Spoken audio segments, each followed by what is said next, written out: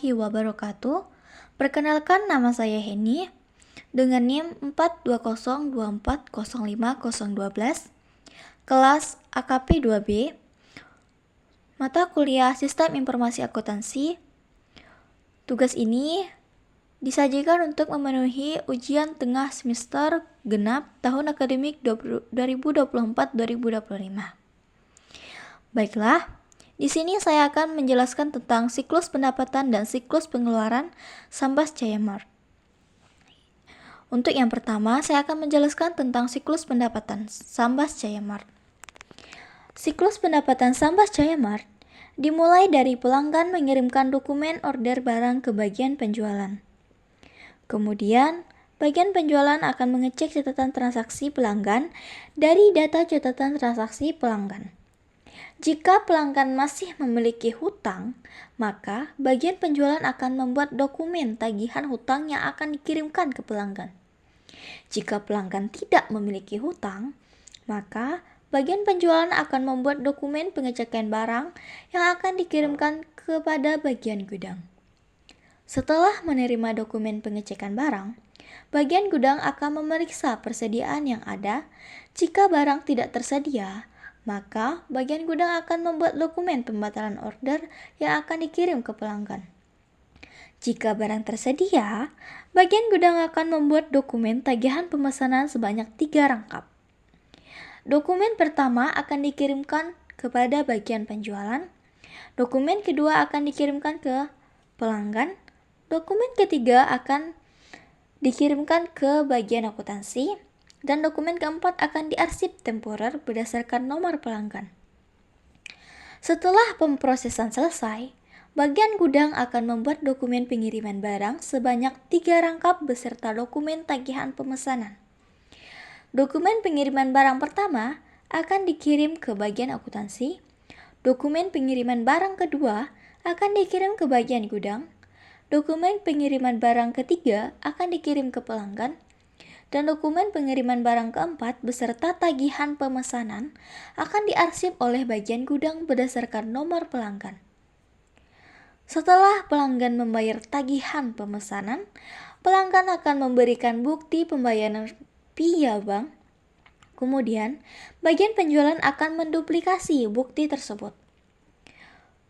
Bukti pembayaran yang pertama akan dikirim ke bagian akuntansi. Dan untuk dokumen bukti pembayaran kedua, dokumen tagihan pemesanan, dan dokumen pengiriman barang akan diarsip secara permanen. Baiklah, selanjutnya saya akan menjelaskan tentang siklus pengeluaran Sambas Jaya Mart. Siklus pengeluaran Sambas Jaya Mart dimulai dari bagian gudang memeriksa data persediaan barang untuk mencari stok barang yang mencapai titik pemesanan. Kemudian, bagian gudang akan membuat dokumen permintaan belanja sebanyak 2 rangkap. Dokumen pertama akan diberikan kepada bagian keuangan. Dokumen kedua akan diberikan kepada akuntansi, dan dokumen ketiga akan diarsip temporer oleh bagian gudang. Bagian keuangan yang menerima permintaan belanja dari bagian gudang akan membuat dokumen permintaan barang. Dokumen permintaan belanja yang diarsipkan oleh bagian keuangan,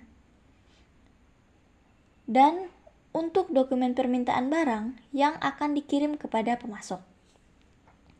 Pemasok yang menerima dokumen permintaan barang akan memproses pesanan dan membuat nota tagihan. Dokumen permintaan barang dan dokumen slip pengepakan akan dikirim ke bagian gudang, sedangkan untuk nota tagihan akan dikirim ke bagian keuangan.